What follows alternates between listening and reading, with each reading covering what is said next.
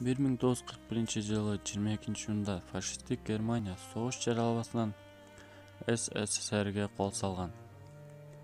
Жаңы техника менен жабдылган 5,5 миллион солдаттан турган 190 дивизия негизги 3 багытта Москва, Ленинград, Киев шырларын басып кирген.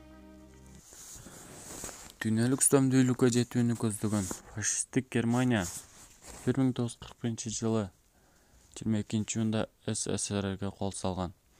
Барбарос планы боюнча Советтер Союзун бир нече жумада талкалап, 1941-жылдын кышына чейин СССРдин Европалык бөлүгүн толук баса алмак.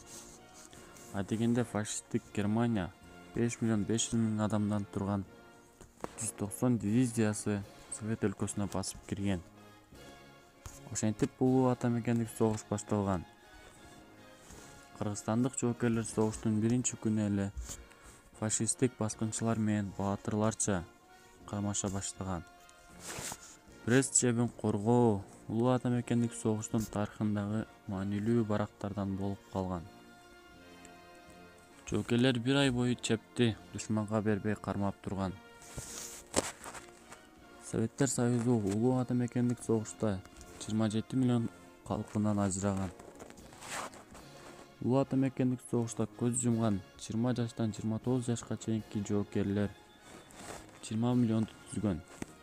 Аялдар да ушунча жаштагылар басымдуулук кылат. Улуу ата мекендик согушта 11 миңден ашуун адам Советтер Союзунун баатырлыгына татыган. Алардын ичинде 87 аял баатыр намын алган.